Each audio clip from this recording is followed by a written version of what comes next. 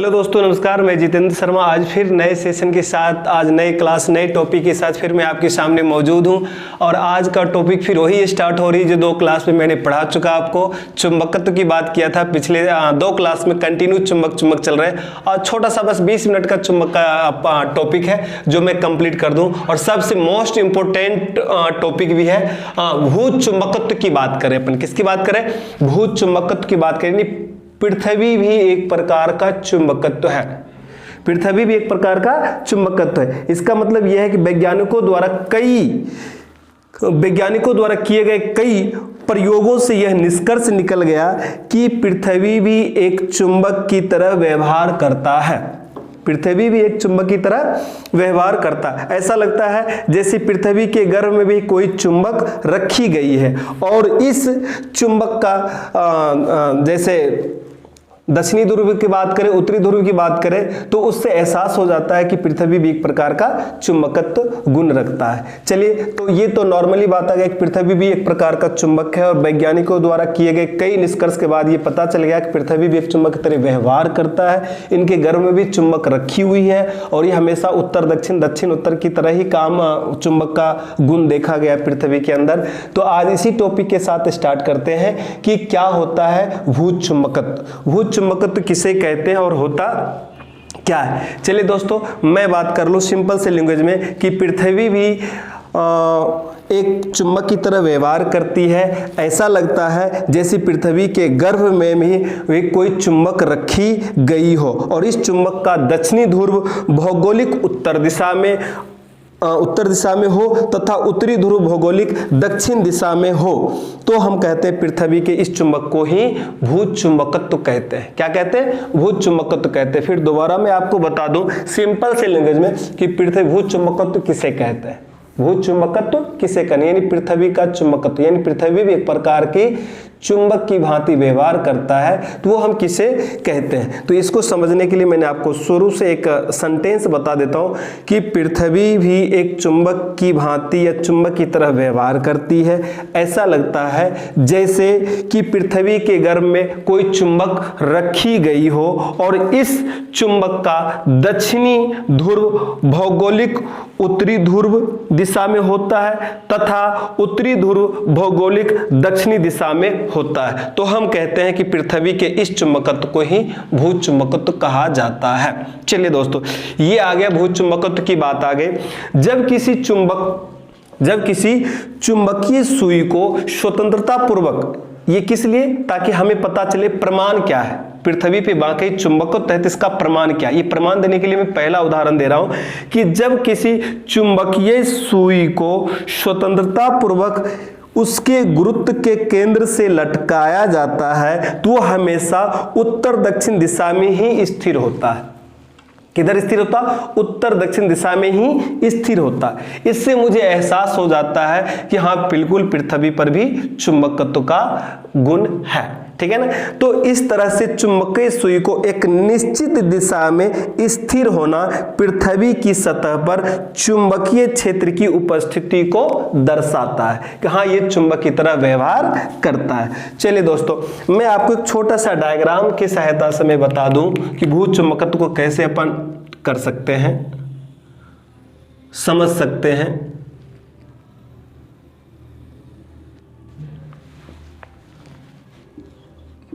Geographic, इसे हम geographic north के नाम से जानेंगे। जियोग्राफिक नॉर्थ और जियोग्राफिक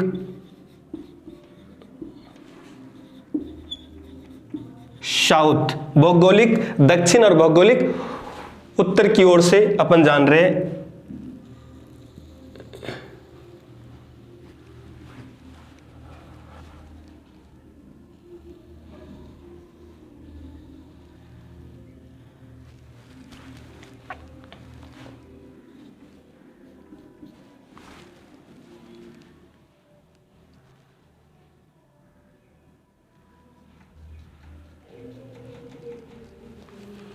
ठीक है, ये आपके बीच में नॉर्थ साउथ एक आपको पोल दिखा दिया गया है। ठीक है ना? ये है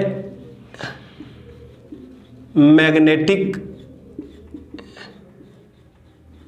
इक्वेटर, ठीक है, ये है मैग्नेटिक इक्वेटर और उसको कहते हैं जियोग्राफिक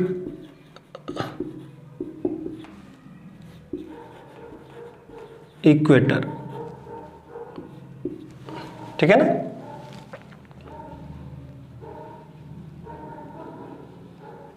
जियोग्राफिक इक्वेटर। भूत चुंबकत्व की बात कर रहे थे तो पहले मैंने आपको बता दिया कि पृथ्वी भी एक चुंबक की तरह व्यवहार करता है। अब इसको समझने के लिए व्यवहार करता हो तो किस तरह से समझा जाए, तो मैंने क्या बताया कि जब किसी चुंबकीय सुई को स्वतंत्रता पूर्वक उसके गुरुत्व के, किसके गुरुत्व के, पृथ्वी के गुरुत्व केंद्र से लटकाया जाता है तो वह हमेशा उत्तर दक्षिण दिशा में ही स्थिर होता है।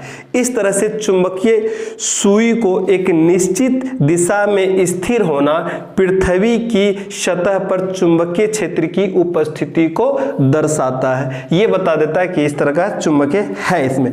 अब इनकी अध्ययन करने के लिए अपन बात कर रहे हैं यहां पे कि पृथ्वी के केंद्र से, देखिए पृथ्वी के केंद्र से होकर एक सरल रेखा जा रही है।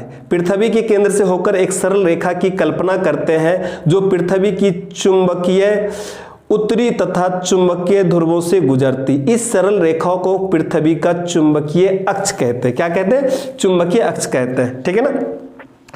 पृथ्वी की भौगोलिक अक्ष एवं चुंबकीय अक्ष के बीच का जो लगभग कोण होता है वो 17 डिग्री का होता है। कितने डिग्री का होता है? 17 डिग्री का होता है। अपने से कोई पूछ लिया जाए कि भाई कितने डिग्री का कोण होता है तो आप बता सकते हो कि पृथ्वी के भौगोलिक अक्ष एवं चुंबकीय अक्ष के बीच का जो कोण होता है लगभग 17 डिग्री होता है। किसी किसी बुक में आपको 18 डिग्री भी दे रखा है, आपको लेके नहीं चलना। यदि ऑप्शन नहीं है 17 तो आप 18 लगा सकते हो, लेकिन वहां पे 17, 18, 19, 20 इस तरह दे रखे हैं तो आप 17 डिग्री पे ही लगाना है। और आपको यह बताना है कि पृथ्वी के भौगोलिक अक्ष एवं चुंबकीय अक्ष के बीच का कोण लगभग 17 डिग्री का होता है। अतः पृथ्वी में भौगोलिक तथा चुंबकीय ध्रुव एक दूसरे से बिल्कुल ही अलग अलग होते हैं, एक दूसरे से अलग अलग होते हैं, ठीक है ना। किसी भूत चुंबकत्व को समझने के लिए कि वाकई में भूत चुंबकत्व है यानी पृथ्वी में एक चुंबक की भांति व्यवहार करता है, इसके समझने के लिए पृथ्वी चुंबक यानी भूत चुंबकत्व के 3 अवयव होते हैं। कितने अवयव होते हैं? 3 अवयव होते हैं। उन 3 अवयवों को समझना जरूरी है अपने को। 3 अवयव कौन कौन से होते हैं? नंबर 1 अवयव की बात करेंगे यहां पे, जिसे कहते हैं दिक्पात कोण। क्या कहते हैं? दिक्पात कोण। दिक्पात कोण। दूसरा होता है नति कोण या नमन कोण की बात करें, और तीसरे होते हैं वो हो जाते हैं क्षैतिज घटक की बात करते हैं। किसकी बात करते हैं? चुंबकीय क्षेत्र का क्षैतिज घटक की बात करते हैं। तो यहां लिख देंगे चुंबकीय क्षेत्र का क्षैतिज घटक। दोस्तों मैं आपको बता दूं ये सबसे मोस्ट इंपॉर्टेंट पॉइंट है जिनसे क्वेश्चन पूछे जाते हैं। सबसे पहला क्वेश्चन मैंने बता दिया आपके जो आते वो ये आते हैं कि पृथ्वी के भौगोलिक अक्ष और चुंबकीय अक्ष के बीच का कोण का मान लगभग कितना होता है। आपको बताना है 17 डिग्री होता है। कितना होता है? 17 डिग्री होता। और पृथ्वी के भौगोलिक और चुंबकीय ध्रुव एक दूसरे से बिल्कुल ही अलग अलग होते हैं। नंबर 1 पॉइंट बता दिया। अब किसी भी स्थान पर चुंबकीय क्षेत्र को समझना हो कि पृथ्वी के किसी भी स्थान पर चुंबकीय क्षेत्र का मान कितना है, कहीं कम हो सकता है, कहीं अधिक हो सकता है, इनको समझने के लिए हमें उनके 3 अवयवों के बारे में जानना जरूरी है। पहला अवयव है दिक्पात कोण के बारे में जानना जरूरी है, दूसरा है नति कोण या नमन कोण कहते हैं, और तीसरा है चुंबकीय क्षेत्र का क्षैतिज घटक की बात करेंगे। चलिए दोस्तों अब इसकी बात करने के लिए हमें एक एक करके अपने को समझना है। किस तरह से समझेंगे मैं आपको बता दूं। बस आपको कॉपी पेन लेके रहना है, बैठना है, नोट करते चलना है कि जहां नहीं समझ में आए वहां पे आप फिर से दोबारा, मैं हर पॉइंट को रिवीजन करते रहता हूं, रिपीट करता हूं आपके लिए, ताकि आपको समझ में नहीं आए तो आप समझ सकते हो, ठीक है ना। तो सबसे पहला पॉइंट है दिक्पात। दिक्पात कोण की बात करेंगे जिसको कहते हैं डिक्लाइनेशन, डिक्लाइनेशन की बात करते हैं। डिक्लाइनेशन, ये डिक्लाइनेशन क्या होता है, किस तरह से काम करता है, उनकी अपन बात कर रहे हैं, ठीक है ना। डिक्लाइनेशन की बात कर, डिक्लाइनेशन, एंगल ऑफ डिक्लाइनेशन, क्या लिखेंगे, एंगल ऑफ डिक्लाइन, यानी दिक्पात कोण किसे कहते हैं, किसी स्थान पर, किसी स्थान पे भौगोलिक यामोत्तर और चुंबकीय यामोत्तर, ठीक है ना, भौगोलिक यामोत्तर और चुंबकीय यामोत्तर के बीच का कोण, क्या कहा, पृथ्वी के किसी स्थान की बात करें, किसी स्थान पर भौगोलिक यामोत्तर और चुंबकीय यामोत्तर के बीच का कोण क्या कहलाता है, दिक्पात कोण कहलाता है। आपसे पूछा जाता है कि दिक्पात कोण किसे कहते हैं, तो पृथ्वी के किसी भी स्थान पर भौगोलिक यानी जियोग्राफिकल मेरिडियम की बात कर रहा, और मैग्नेटिक मेरिडियम यानी भौगोलिक यामोत्तर और चुंबकीय यामोत्तर के बीच का कोण क्या कहलाएगा, दिक्पात कोण कहलाता है। ये अपने को सबसे मोस्ट इंपॉर्टेंट है, हमेशा पूछा। अब ये भौगोलिक यामोत्तर क्या है और चुंबकीय यामोत्तर क्या है, ठीक है ना, इसकी भी डिस्कस कर लेते हैं।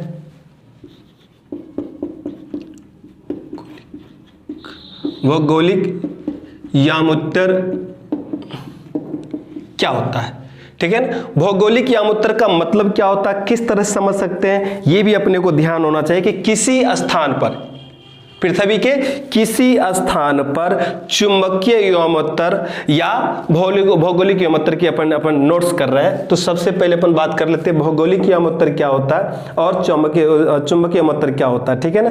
तो किसी स्थान पर चुंबकीय यामोत्तर वह ऊर्ध्वाधर समतल है जो पृथ्वी की चुंबकीय अक्ष से गुजरता है। किससे गुजरता है, चुंबकीय अक्ष से गुजरता। जब कोई चुंबकीय अक्ष से गुजरता तो क्या कहलाएगा, आपको चुंबकीय यामोत्तर कहलाएगा। दोबारा बता दो, पृथ्वी के किसी भी स्थान पर चुंबकीय यामोत्तर वह ऊर्ध्वाधर समतल है जो पृथ्वी के चुंबकीय अक्ष से गुजरता है, वो क्या कहलाएगा, चुंबकीय यामोत्तर कहलाएगा। और भौगोलिक यामोत्तर का मतलब क्या हो गया, वह ऊर्ध्वाधर समतल है जो पृथ्वी के भौगोलिक अक्ष से गुजरता है। भौगोलिक अक्ष से गुजरेगा तो वो भौगोलिक यामोत्तर कहलाएगा, और चुंबकीय अक्ष से गुजरता है तो उसको चुंबकीय यामोत्तर कहते हैं। यही अपने को समझना है। चलिए दोस्तों, अब बात करते हैं नति कोण की बात करेंगे। नति कोण या नमन कोण की बात करेंगे। किसकी बात करेंगे, नति कोण या नमन कोण की बात करेंगे। किसे कहते हैं, नति कोण या नमन कोण। एंगल ऑफ डिप की बात करेंगे। किसकी बात करेंगे, एंगल ऑफ डिप। नति कोण या नमन कोण, ठीक है ना। एंगल ऑफ किसकी बात करें, डिप, ठीक है। ये क्वेश्चन भी हमेशा किसी भी प्रकार के कंपटीटर एग्जाम है तो उसमें यदि साइंस की, मैं बार बार कहता हूँ, साइंस की जहाँ जहाँ सिलेबस है, जिस प्रतियोगी परीक्षा में साइंस पूछे जाते हैं वहाँ ये सिलेबस में यदि है तो ये क्वेश्चंस जरूर कहीं न कहीं पुटअप हो जाते हैं, ठीक है ना। मैं नीचे से लेकर बिल्कुल ऊपर तक के जो भी छोटे छोटे क्वेश्चंस पूछे जाते हैं अच्छे लेवल की, वो सारे क्वेश्चंस मैं आपको साथ साथ बताते जाता हूँ। आई होप सो कि आपको बहुत अच्छी तरह से समझ में आ रही होगी। और वीडियो कंप्लीट हो जाते हैं, यदि हमारी क्लास कंप्लीट हो जाती है तो हम दोबारा एक बार इन सब का और भी अच्छी तरह से गहन अध्ययन करेंगे ताकि और आपको बेहतर समझ में आए और आपका टाइम अच्छे से प्रयोग हो और आप अच्छी तरह से समझ सकते हो। तो नति कोण या नमन कोण की बात करते हैं। किसी भी स्थान पर बात करें, किसी स्थान पर पृथ्वी का संपूर्ण चुंबकीय क्षेत्र, किसी स्थान पर पृथ्वी का संपूर्ण चुंबकीय क्षेत्र क्षैतिज तल के साथ जितना कोण बनाता, क्या, किसी स्थान पर पृथ्वी का संपूर्ण चुंबकीय क्षेत्र क्षैतिज तल के साथ जितना कोण बनाता है वही क्या कहलाता, उसे ही उस स्थान का नमन कोण या नति कोण कहते हैं। पृथ्वी के ध्रुव पर नमन कोण का मान हमेशा कितना माना गया है, 90 डिग्री माना गया है। कितना डिग्री माना गया है, 90 डिग्री। तथा विषुवत रेखा पर ये 0 डिग्री होता है। क्या होता है, 0 डिग्री होता है। दोबारा मैं बता दूं कि यदि आपसे कोई पूछे नति कोण या नमन कोण किसे कहते हैं तो आप बता सकते हो, किसी स्थान पर पृथ्वी का संपूर्ण चुंबकीय क्षेत्र संपूर्ण चुंबकीय क्षेत्र क्षैतिज तल के साथ जितने डिग्री का कोण बनाता है उसे ही उस स्थान को क्या कहते हैं, उसे ही पृथ्वी के उस स्थान को क्या कहते हैं, नति कोण या नमन कोण कहते हैं, एंगल ऑफ डिप कहते हैं। क्या कहते हैं, एंगल ऑफ डिप कहते हैं। पृथ्वी के ध्रुव पर नमन कोण या नति कोण का जो मान होता है वो 90 डिग्री होता है और विषुवत रेखा पर जो मान होता है वो 0 डिग्री होता है। ये अपने को ध्यान रखना है। किस पे, पृथ्वी के ध्रुव पर नमन कोण का मान 90 डिग्री होता है। कितना, 90 डिग्री होता है और विषुवत रेखा पर यह कितने डिग्री का होता है, 0 डिग्री का होता है। आपको इसमें 3 मोस्ट इंपोर्टेंट पॉइंट है जो आपको बिल्कुल ही ध्यान रखना। पहला पॉइंट मैंने बता दिया था आपको सबसे सरल तरीके से, पृथ्वी के भौगोलिक अक्ष एवं चुंबकीय अक्ष के बीच का जो लगभग कोण होता है वो 17 डिग्री का होता है। दूसरी बात आपको नति कोण के अंदर ध्यान रखना है कि पृथ्वी के ध्रुव पर नमन कोण या नति कोण का मान 90 डिग्री होता है और विषुवत रेखा पर इसका मान कितना होता है, 0 डिग्री होता है। नति कोण या नमन कोण किसे कहते हैं, किसी स्थान पर पृथ्वी की संपूर्ण चुंबकीय क्षेत्र क्षैतिज तल के, संपूर्ण चुंबकीय क्षेत्र की बात करो, संपूर्ण चुंबकीय क्षेत्र क्षैतिज तल के साथ जितने डिग्री का कोण बनाता हो, जिस स्थान पे बना रहा उसे ही उस स्थान का नमन कोण या नति कोण कहते हैं। पृथ्वी के ध्रुव पर नमन या नति कोण का मान 90 डिग्री होता और विषुवत रेखा पर इसका मान कितना होता है, विषुवत रेखा पर इसका मान हो जाता है आपके 0 डिग्री। अब तीसरा टॉपिक है अपने पास में तीसरा पॉइंट है हमारे लिए, वो है चुंबकीय क्षेत्र का घटक। चुंबकीय क्षेत्र का घटक, चुंबकीय क्षेत्र का घटक, क्षैतिज घटक। कौन सा घटक, क्षैतिज घटक की बात करें। चुंबकीय क्षेत्र का क्षैतिज घटक क्या होता है और किस तरह से बात किए जाते हैं। पृथ्वी के संपूर्ण की बात, पृथ्वी के संपूर्ण चुंबकीय क्षेत्र का क्षैतिज घटक अलग अलग स्थानों पर अलग अलग होता है, अलग अलग स्थानों पर अलग अलग होता। आपसे कोई पूछ लिया जाए कि चुंबकीय क्षेत्र का क्षैतिज घटक किसे कहते हैं और क्या होता, तो आपको बताना है दोस्तों कि पृथ्वी के संपूर्ण चुंबकीय क्षेत्र का क्षैतिज घटक जो होता है वो अलग अलग स्थानों पर अलग अलग होता है, परंतु इसका औसत मान सभी स्थानों पर समान ही माना गया है। वो कितना होता है, 0.4 गॉस होता है। कितना है, 0.4 गॉस होता है। या इसको टेस्ला में कन्वर्ट करना चाहे तो 0.4 गुने 10 पर पावर, क्या लिख रहा हूं मैं, 0.4 गुने 10 पर पावर -4 टेस्ला होता है। कितना होता है, मैंने ये पृथ्वी पर औसतन मान की बात करें कि पृथ्वी पर इसका औसत मान लगभग कितना होता है, तो आपको क्या बताना है, 0.4 गॉस होता है। या इसको टेस्ला में पूछ ले तो आपको बताना 0.4 गुने 10 पर पावर -4 टेस्ला होता है। किसकी बात करें अपन, चुंबकीय क्षेत्र के क्षैतिज घटक की बात कर रहे हैं। किसकी, चुंबकीय क्षेत्र का क्षैतिज घटक। मैं आपसे क्या बोला, पृथ्वी के संपूर्ण चुंबकीय क्षेत्र का क्षैतिज घटक, जिसको हम H भी कहते हैं, हॉरिजॉन्टल की बात करते हैं। क्षैतिज घटक अलग अलग स्थानों पर अलग अलग होता है, परंतु इसके पृथ्वी पर औसतन मान जो देखा गया है वो 0.4 गॉस या 0.4 × 10 पर पावर -4 टेस्ला माना जाता है। दोस्तों यहाँ अपनी टॉपिक चुंबक से संबंधित बिल्कुल ही अब समाप्त हो जाते हैं। अब आपको इनसे अध्ययन करना है घर पे। आप आराम से जो भी आपके पास जितनी मैंने 3 क्लास में बताया उनको आप दोबारा बार रिपीट करके वीडियो आप देख सकते हो, समझ सकते हो। और आपके पास जो भी प्रतियोगी परीक्षाओं की जो टेस्ट पेपर, उसमें आप आराम से इनसे क्वेश्चन मिलान कर सकते हो और आपको 100% ये मेरा वादा है आप लोगों से कि इनसे बाहर पेपर बनकर नहीं आता है दोस्तों। तो अब नए टॉपिक की डिस्कस करेंगे इसी में कि नए टॉपिक में किसको पढ़ेंगे अपन। चलिए दोस्तों मैं बता दूं आज की जो नया टॉपिक होगा वो नया टॉपिक होगा ऊष्मा और ताप की बात करेंगे। किसकी बात करेंगे दोस्तों, ऊष्मा और ताप की।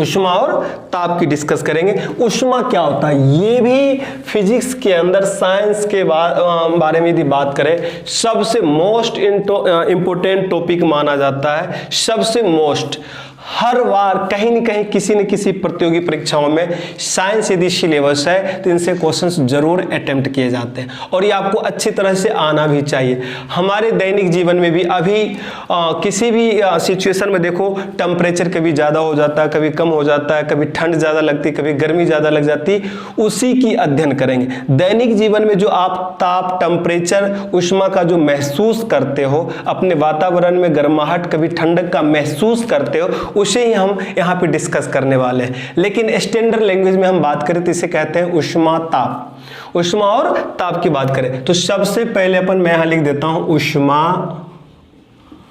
और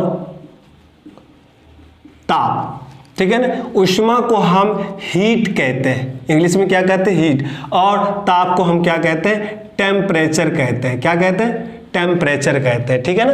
तो ऊष्मा के सबसे पहले हमें समझने के लिए क्या होना चाहिए, ऊष्मा टेम्परेचर में, ऊष्मा और ताप में सबसे पहले हम समझेंगे ऊष्मा को। किसको समझेंगे, ऊष्मा, यानी हीट को हम समझेंगे। हीट क्या होता है, ठीक है ना। ऊष्मा क्या है, ऊष्मा एक प्रकार की ऊर्जा है। ये हमें भौतिक अवस्थाओं में हमें ठंडी और गर्मी की एहसास कराता है। हमें ये बताता है कि भौतिक अवस्थाओं में ठंडी गर्मी का एहसास, यानी हम बिना किसी वस्तु को टच किए सिर्फ हम महसूस कर रहे हैं, वातावरण से ही महसूस कर रहे हैं कि गर्म लग रहा है या ठंडी लग रही है, गर्मी आ रही है या ठंडी आ रही है, तो हम उसे क्या कहेंगे, ऊष्मा कहेंगे। यानी बिना वस्तु को टच, किसी वस्तु को टच किए कि ना, बिना किसी से संपर्क किए हम यदि हम महसूस कर रहे हैं, वातावरण से ही महसूस कर रहे हैं कि वो ठंडी जैसा महसूस हो रहा है या गर्म जैसा महसूस हो रहा, तो हम उसे क्या कहते हैं, ऊष्मा कहते हैं। अर्थात ऊष्मा एक प्रकार का ऊर्जा है। ऊष्मा में हमेशा तापांतर के अंतर में व्यक्त किया जाता है। हमेशा कैसे व्यक्त करते हैं, तापांतर के अंतर को व्यक्त करता है। ऊष्मा हमेशा उच्च ताप से निम्न ताप की ओर प्रवाहित होती है। ऊष्मा हमेशा उच्च ताप से निम्न ताप की ओर प्रवाहित होती है, ठीक है ना। तो ये हमेशा एक स्थान से जब दूसरे स्थान में जाते हैं, परिवर्तन होता है, तो इसमें एक ऊर्जा का स्थानांतरण होता है। तो आप ये समझिए एक प्रकार का ऊर्जा है। चलिए दोस्तों, आज अपन टॉपिक की जो डिस्कस कर रहे हैं वो हमेशा इसी को लेके चलेंगे कि क्या होता नहीं होता है। हाँ, ऊष्मा हम किसे कहते हैं, ऊष्मा कितने प्रकार के होते हैं, ऊष्मा के अंदर जो भी छोटे छोटे पद होते हैं वो पद कौन कौन सी है, उसी की डिस्कस अपन करेंगे। चलिए दोस्तों, तो सबसे पहले बता दें ऊष्मा क्या है। ऊष्मा भौतिक अवस्थाओं में हमें ठंडी व गर्मी का एहसास कराती है। क्या कराती है, एहसास कराती है। भौतिक अवस्थाओं में हमें ठंडी और गर्मी का एहसास कराते हैं, उसे क्या कहते हैं, ऊष्मा कहते हैं, सिंपल से वर्ड में। और आ भी जाता है ऊष्मा क्या है, तो ऊष्मा एक प्रकार की ऊर्जा है। ऊष्मा एक प्रकार की ऊर्जा है, ठीक है ना। ऊष्मा एक प्रकार की ऊर्जा है। ऊष्मा एक प्रकार की ऊर्जा। ऊष्मीय ऊर्जा सदैव उच्च ताप की वस्तु से निम्न ताप की वस्तु की ओर जाती है, ठीक है ना। ऊष्मीय ऊर्जा यहां लिख सकते हैं, ऊष्मीय ऊर्जा क्या, ऊष्मीय ऊर्जा सदैव उच्च तापमान या उच्च ताप की, ऐसे भी लिख सकते हैं, उच्च ताप भी बोल दो, उच्च ताप की वस्तु, उच्च ताप की वस्तु से निम्न ताप की वस्तु, निम्न ताप की वस्तु में जाती है, ठीक है। ऊष्मा हमेशा तापांतर के अंतर को व्यक्त करता है। या अर्थात ठंडी और गर्मी के अंतर को व्यक्त करता है। यह हमेशा भौतिक अवस्थाओं में हमें ठंडी गर्मी की एहसास भी कराती है, उसे हम क्या कहते हैं? ऊष्मा कहते हैं। सिंपल सी वर्ड में आपको ऊष्मा का हमने यहाँ डेफिनेशन बता दिया कि किस तरह से अपन बात कर सकते हैं। चलिए दोस्तों, अब अपन डिस्कस करेंगे यहाँ पे अपन डिस्कस करेंगे कि ऊष्मा का मात्रक क्या होता है। ऊष्मा का मात्रक क्या होता है, ऊष्मा का एसआई मात्रक क्या है और सीजीएस पद्धति में मात्रक क्या होता है, ठीक है ना।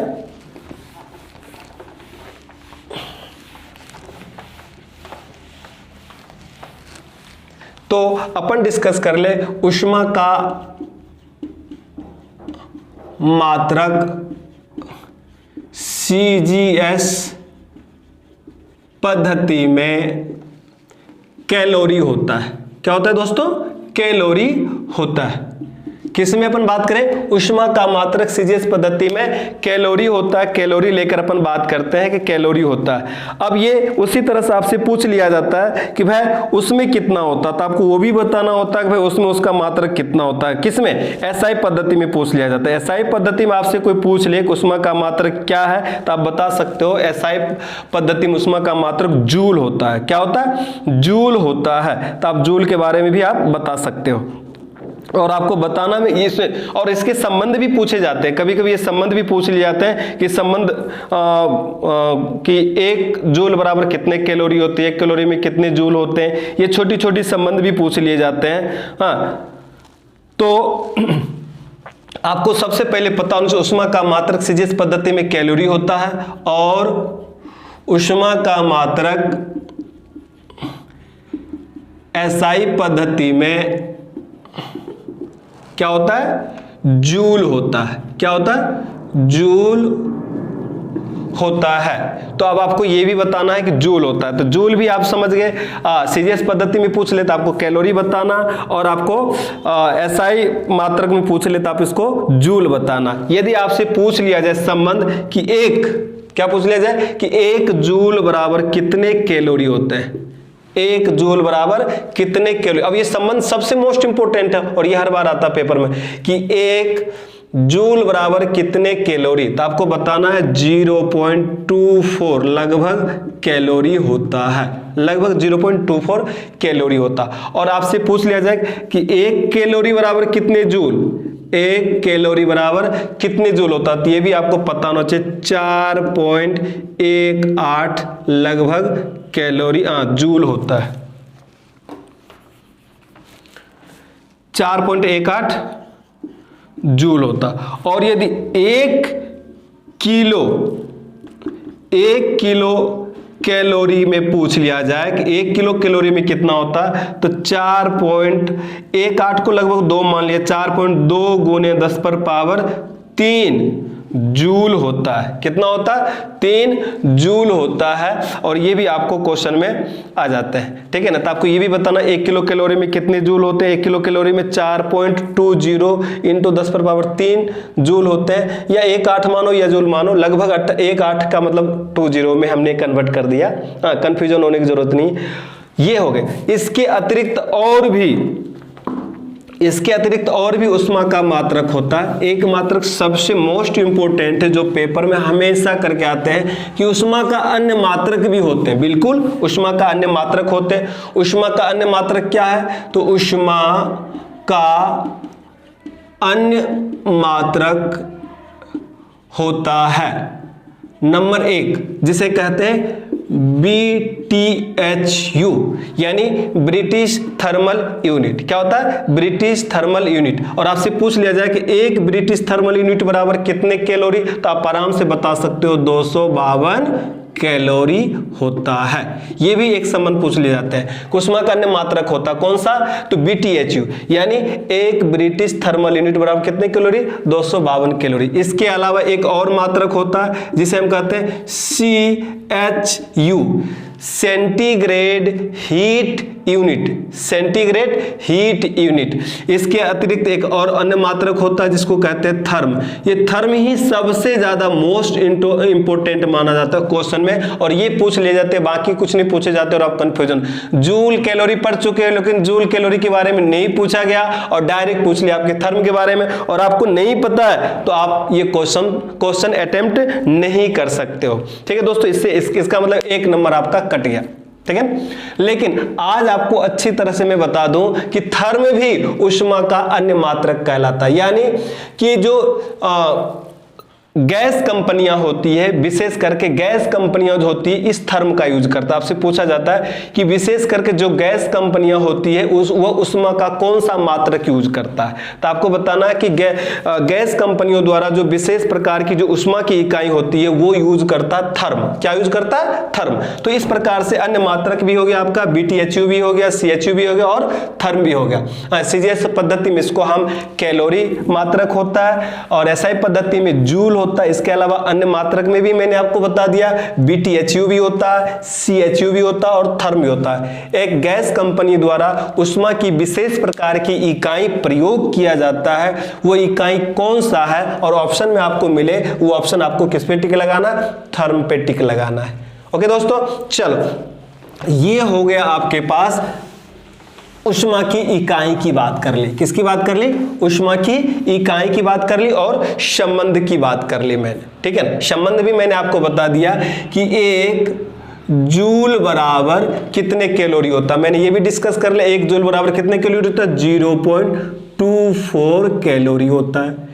ये भी आ जाते पेपर में, ये आती ही 100% आता है। यही संबंध पूछ लिए जाते हो, मुझे संबंध पता नहीं, यानी कन्वर्जन, रूपांतरण, सेंटीग्रेड को SI में बदल दिया, CGS को FPS में बदल दिया, इस तरह से छोटे छोटे रूपांतरण आ जाते हैं। तो अपने को पता नहीं चाहिए 1 जूल बराबर कितने कैलोरी, 0.24 कैलोरी, और 1 कैलोरी बराबर कितने जूल, तो 1 कैलोरी बराबर जूल की बात बताया मैंने 4.18 जूल होता है। ठीक है, और यदि 1 किलो कैलोरी पूछ लिया जाए तो 1 किलो कैलोरी बराबर 4.18 या 4.18 गुने 10 पर पावर 3 जूल या 4.20 मान लो 4.2 इंटू 10 पर पावर 3 जूल होता है। इस तरह से अपन बात कर रहे हैं और आसानी से अपन समझ सकते हैं कि भाई ये होता है। ठीक है ना, तो अपने को पता होना चाहिए कि जो मात्रक होता है 1 किलो कैलोरी बराबर कितना होता है, 1 कैलोरी बराबर कितना होता है और 1 जूल बराबर कितना होता है, आपको भी पता होना चाहिए और अच्छी तरह से समझदारी भी होनी चाहिए। ठीक है ना, तो हम बात कर रहे हैं, नेक्स्ट पॉइंट की बात करेंगे अब इसमें कि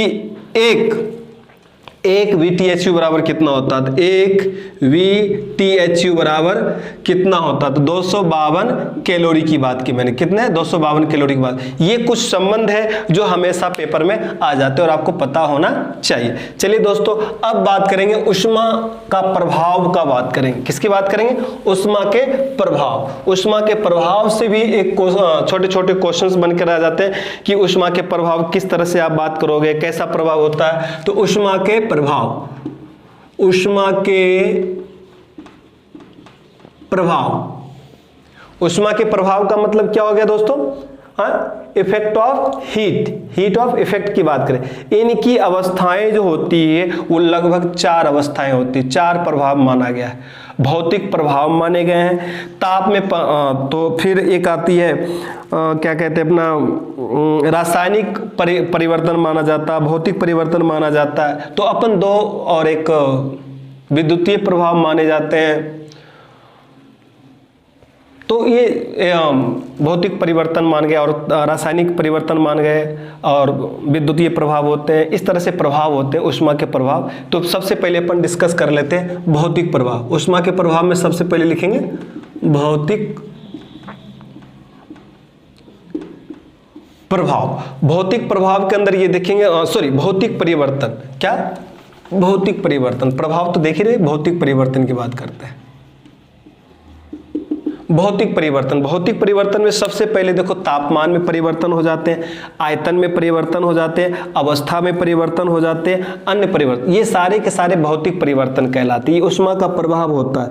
जैसे यदि मैं बात करूं कि तापमान में परिवर्तन, तो साधारण सभी वस्तुओं को गर्म करने पर उनका तापमान बढ़ता है। क्या होता है? तापमान बढ़ता। आपसे कोई पूछ लिया जाए कि तापमान में परिवर्तन, इसका मतलब क्या है? नॉर्मली देखा जाए तो सभी वस्तुओं को गर्म करने पर उसके तापमान में क्या होता है? परिवर्तन आ जाता है, बढ़ जाती है, ठीक है ना। ये देखा। दूसरा आता है आयतन में परिवर्तन। जैसे ही हम वस्तु में ऊष्मा परिवर्तन से उसका आयतन में भी परिवर्तन, जैसे उसको हम गर्म करते हैं तो उसके आयतन, ऊष्मा परिवर्तन से आयतन में भी परिवर्तन आ जाते हैं। जैसे साधारण के ढंग की बात करें, ऊष्मा की मात्रा बढ़ाने से उसका आयतन भी बढ़ जाता है। सिंपल से आपसे क्वेश्चन पूछ लिया जाए कि ऊष्मा की मात्रा बढ़ाने से किसी वस्तु का क्या होता है, तो उसका आयतन भी बढ़ जाता है। अवस्था में भी परिवर्तन होता है। पदार्थ की 3 अवस्थाएं होती हैं, ठोस, द्रव और गैस।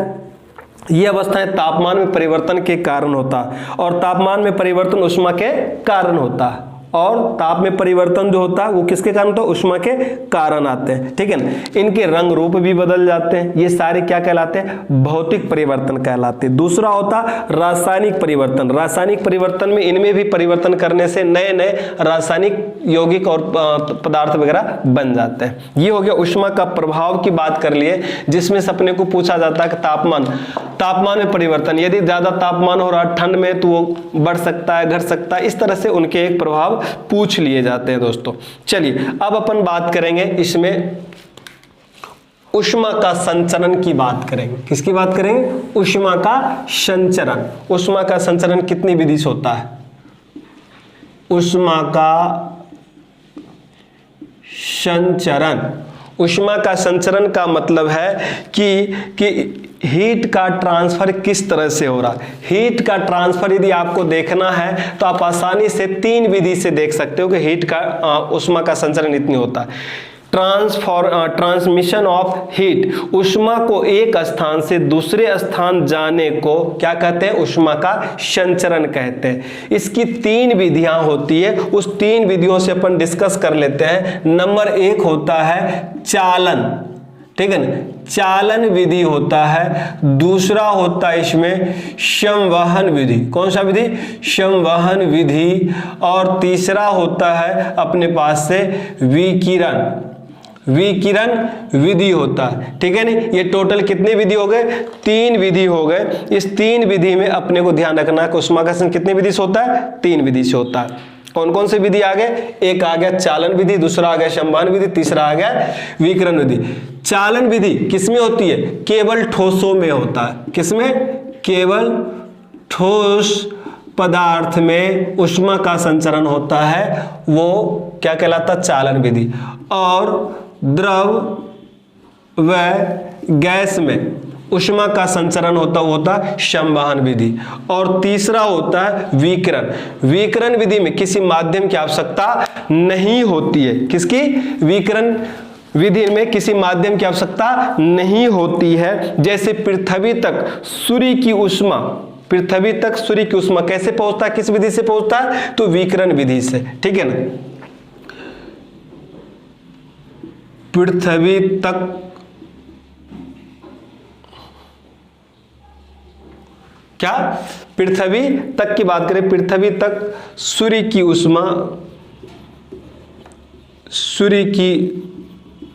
ऊष्मा विकिरण विधि से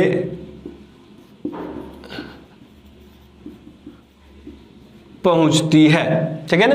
ये हो गया विकिरण विधि। आपसे विकिरण के बारे में एक और सबसे मोस्ट इंपोर्टेंट क्वेश्चन बन जाता है, जो हर बार पेपर में पूछे जाते हैं कि इसी विधि के सहायता से विकिरण में जो नॉर्मली बात करते हैं ऊष्मा, ये तरंगों के रूप में चलते। किसके रूप में चलती? तरंगों के रूप में चलती। इसीलिए इसको हम कहते हैं विद्युत चुंबकीय तरंग भी कहते हैं। क्या कहते हैं? विद्युत चुंबकीय तरंग भी कहते हैं। पृथ्वी का वायुमंडल संवहन विधि से ही गर्म होता है। किससे? पृथ्वी का वायुमंडल संवहन विधि से ही गर्म होता है। पृथ्वी का वायुमंडल संवहन विधि से गर्म होता है। एक तो ये पॉइंट बता दिया, सॉरी ये यहां पे नहीं, ऊपर था। और ये उस पृथ्वी सुपृथ्वी तक सूर्य की उष्मा विकिरण विधि से ही पहुंचती है। ये 3 टॉपिक है, तीनों सबसे मोस्ट इंपोर्टेंट है। आपको कहीं ना कहीं पूछ लिया जाता है कि केवल ठोस पदार्थ में उष्मा का संचरण किस विधि से होती है, आपको बताना चालन विधि से होती है। आपको द्रव और गैस में उष्मा का संचरण किस विधि से होती है, संवहन विधि से होती है। और पृथ्वी का वायुमंडल का गर्म होना भी किस विधि से होती है, संवहन विधि से होती है। और पृथ्वी तक सूर्य की उष्मा विकिरण विधि से ही पहुंचती है, किस विधि से, विकिरण विधि से। विकिरण विधि में माध्यम की आवश्यकता नहीं होती, ये निर्वात में भी संचरण कर सकती है। तो दोस्तों ये हो गया आपका उष्मा का संचरण की बात कर दी अपन ने। उष्मा के संचरण में आपको मैंने 3 विधि बता दिया, तीनों विधि सबसे शानदार है और कहीं ना कहीं एक क्वेश्चन जरूर पूछ लिया जाता है दोस्तों। चलिए मैं अब बात कर लेते हैं इसी में विशिष्ट उष्मा की बात कर लेते हैं। किसकी बात कर लेते हैं, विशिष्ट उष्मा की। इसमें सबसे मोस्ट पॉइंट आता है विशिष्ट उष्मा। विशिष्ट उष्मा, heat specific, specific of heat, विशिष्ट उष्मा। आपसे हमेशा ऐसे क्वेश्चंस पूछे जाते हैं कि हीट उष्मा, विशिष्ट उष्मा किसे कहते हैं, क्या होता है, आपको बताना जरूरी है कि विशिष्ट उष्मा का मात्रक क्या होता है। कभी कभी ये भी पूछ लेते हैं विशिष्ट उष्मा का मात्रक क्या होता है, किसे कहते हैं।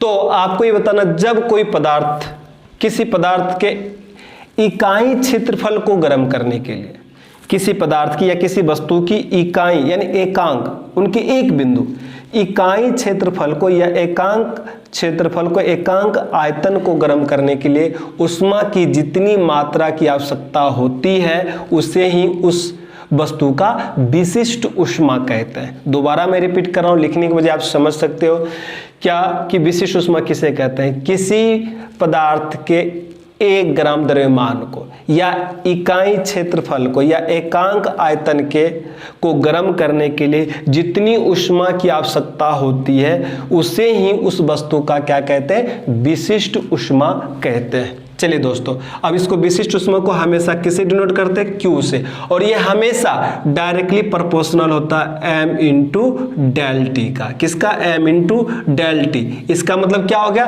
कि द्रव्यमान, किसी भी वस्तु के 1 ग्राम द्रव्यमान को गर्म करने के लिए कितनी आवश्यकता होगा, 1 डिग्री टेम्परेचर की, 2 डिग्री टेम्परेचर की, कितनी डिग्री पर जाकर वो गर्म हो जाता है। जिस डिग्री पर जाकर वो गर्म हो जाएगा वो वस्तु, वही टेम्परेचर उस वस्तु के लिए क्या कहेगा, विशिष्ट उष्मा कहलाएगा। ठीक है ना। अर्थात Q बराबर, Q प्रोपोर्शनल होता है m इंटू डेल टी। जहां ये क्या है, ये हो गया उष्मा, ये क्या हो गया, वस्तु का द्रव्यमान, और ये क्या हो गया, तापमान में परिवर्तन, तापमान में परिवर्तन। ठीक है ना। या हम इस तरह भी इसे लिख सकते हैं आवश्यक उष्मा, यानी Q बराबर S into M into del T. जहां S क्या है, इसे ही हम कहते हैं विशिष्ट उष्मा। क्या कहते हैं दोस्तों, इसे ही कहते हैं विशिष्ट उष्मा। इसलिए S बराबर Q upon M into del T, अर्थात विशिष्ट उष्मा बराबर क्या हो गया, आवश्यक उष्मा बटे वस्तु का द्रव्यमान इंटू वस्तु को दिए गए तापमान में परिवर्तन। ठीक है ना। इस तरह से इनका हम मात्रक भी निकाल लेते हैं कि विशिष्ट उष्मा का मात्रक क्या होता है। तो हम लिखेंगे जूल प्रति, ठीक है ना, किलोग्राम केल्विन। ठीक है ना। आपसे कोई पूछ लिया जाए विशिष्ट उष्मा का एसआई मात्रक क्या होता है, तो आपको बताना है जूल प्रति किलोग्राम केल्विन होता।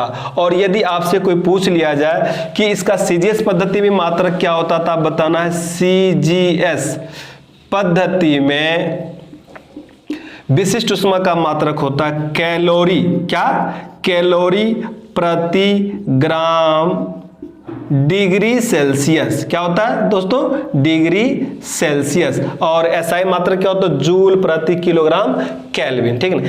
कभी कभी ऐसे ना पूछकर ये उल्टा भी पूछ लिया जाता, आपको उल्टा भी आना चाहिए। जैसे उल्टा का मतलब क्या हो गया, या करके कि जूल, तो जूल, अब प्रति हटाकर डायरेक्ट लिख देगा यहाँ पे किलोग्राम केल्विन, तो किलोग्राम केल्विन ये हो गया। अब ये हो गया उष्मा का, विशिष्ट उष्मा का मात्रक, ऐसे भी पूछ सकता है, या कैलोरी, क्या कैलोरी ग्राम डिग्री सेल्सियस, इस तरह से भी आ सकता है। यानी प्रति को हटाकर जो नीचे का राशि है उस राशि को ऊपर उठाने से वो क्या हो जाता है, धनात्मक से ऋणात्मक में हो जाता है। तो इस तरह से आपके भी क्वेश्चन पूछ सकता है दोस्तों। ये उसका मात्रक, ये इसे कहते हैं विशिष्ट उष्मा। अब आपसे कोई पूछ ले कि विशिष्ट उष्मा, हाँ विशिष्ट उष्मा सबसे अधिक किसका होता है, तो आपको बताना जल का विशिष्ट उष्मा सबसे अधिक होता है। कितना, 1 होता है, 1 कैलोरी प्रति ग्राम डिग्री सेल्सियस, ठीक है ना, 1 कैलोरी प्रति ग्राम डिग्री सेल्सियस, या 1 जूल प्रति किलोग्राम केल्विन, ठीक है ना। सबसे अधिक विशिष्ट उष्मा किसका होता है, तो सबसे अधिक विशिष्ट उष्मा जो होता है वो होता है जल का। कितना होता है, 1। और यदि डिग्री और उसी की मात्रक दे रखा होगा तो आपको कंफ्यूजन नहीं होना है, 1 कैलोरी प्रति ग्राम डिग्री सेल्सियस, ये तो सीजीएस की बात आ गई। और आपको एसआई में पूछ लिया जाए तो 1 जूल प्रति किलोग्राम केल्विन, ठीक है ना। ये सबसे अधिक जल का होता और सबसे कम विशिष्ट उष्मा किसका होता, तो सबसे कम विशिष्ट उष्मा जो होता वो होता है कांच का, सॉरी शीशा का। कांच शीशा कोई दिक्कत नहीं, कांच शीशा बोल सकते हैं आराम से। शीशा का होता, कितना होता है, 0.03। कितना होता है, 0.03। यानी आपको विशिष्ट उष्मा जो होता है 0.03 होता है शीशा या कांच का। कैलोरी प्रति ग्राम डिग्री सेल्सियस की बात कर रहे हैं, ठीक है ना। इस तरह से हम विशिष्ट उष्मा की बात कर लिए। अब बात करेंगे उष्माधारिता की। किसकी बात करेंगे, उष्माधारिता, यानी हीट कैपेसिटी की बात करेंगे। किसकी बात करेंगे, हीट कैपेसिटी।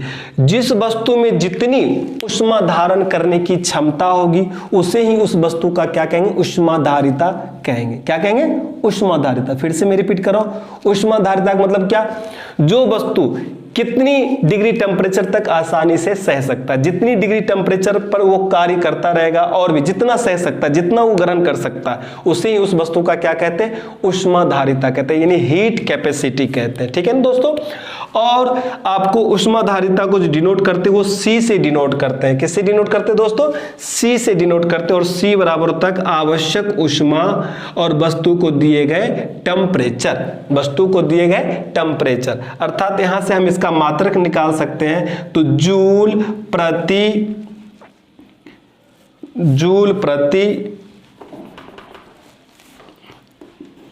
डिग्री सेल्सियस, यानी जूल प्रति डिग्री सेल्सियस, इस तरह से भी हम लिख सकते हैं, ठीक है। या जूल डिग्री सेल्सियस का डिग्री सेल्सियस, इस तरह से भी आ सकता है, ये भी अपने आगे। ये हो गया उष्माधारिता का मात्रक, ठीक है दोस्तों। आज के लिए इतना ही काफी है। नेक्स्ट क्लास में हम फिर डिस्कस करेंगे। अभी तापमान बाकी है, टेम्परेचर बाकी है, उसकी भी डिस्कस करेंगे क्या होता है। और गुप्त उष्मा भी बाकी है, गलन की गुप्त उष्मा, वाष्पन की गुप्त उष्मा की बात करेंगे, तापमान की बात करेंगे, उनकी पैमाने की बात करेंगे। आज इस क्लास के लिए इतना ही है। नेक्स्ट क्लास में फिर हम उष्मा और ताप की बात करेंगे। तब तक के लिए राम राम।